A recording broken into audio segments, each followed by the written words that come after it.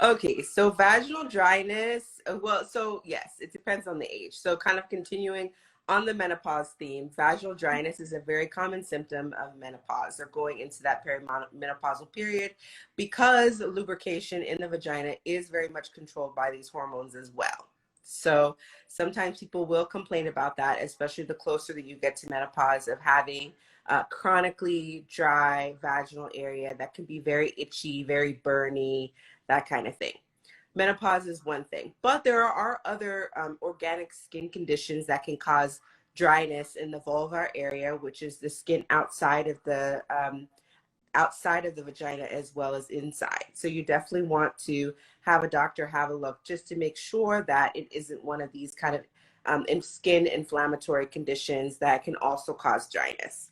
Now, in younger people, typically vaginal dryness is often caused by poor nutrition and lack of hydration, right?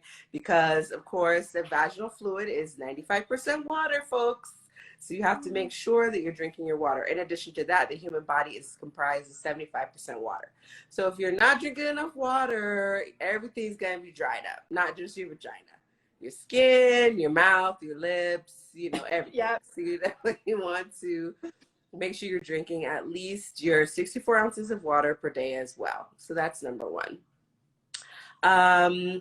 In addition to that, sometimes vaginal itching irritation can also be a symptom that there's a vaginal imbalance in the pH, that there's, for example, a sexually transmitted infection.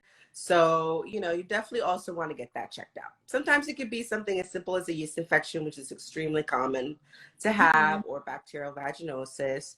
But if you don't really want to self-diagnose, you should just, go see your doctor so that they can do the testing, examine you, tell you exactly what's going on with the dryness, so that way there's no question about what you need to do next. That's such an interesting point about hydration. I know hydration is important, but I have never thought about hydration's impact on my vagina. So Oh yeah, it impacts everything. it impacts everything. That's a great thing to keep in mind.